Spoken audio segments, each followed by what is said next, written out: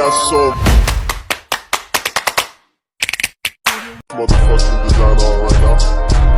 Bring it down, make it clap. I got 3 old guys on the block. Magandang umaga. Another morning, another day. Another trabaho naman. Mayroon akong alternator na inaayos dito. Tingnan nyo kung paano mag-refer ng alternator sa ano to, L300. Ang engine niya is 45.6. So tingnan nyo, dagdag kaalaman, lalo na sa may ligo na mag-ayos ng sasakyan, part of electrical alternator. Yan, tingnan nyo. Yan, alternator. Number 1 yung gagawin niyo dito, tanggalin niyo. Unahin niyo.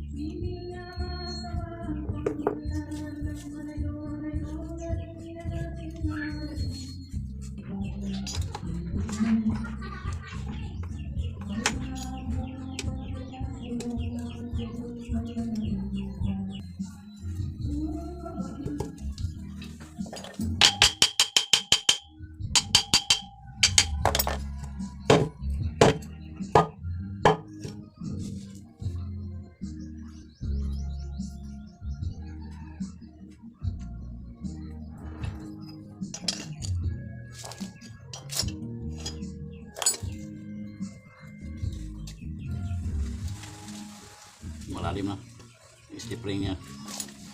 Yan.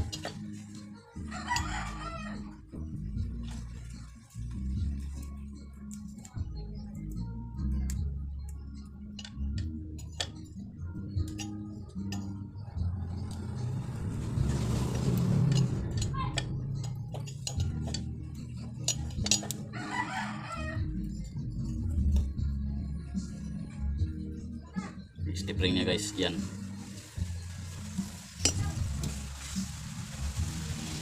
Diba? Yan.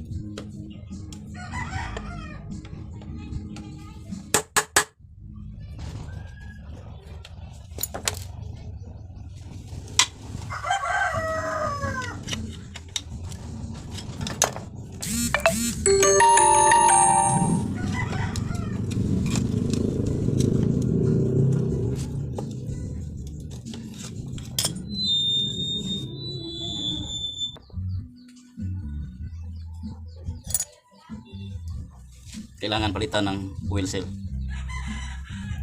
at saka slip ring.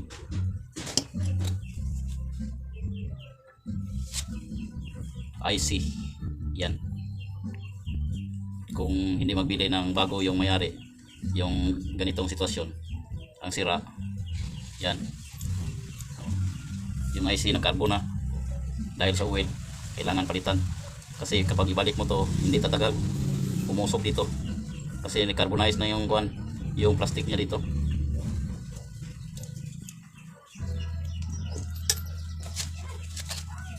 Yun lang guys, dagdag alaman, kunting ideya.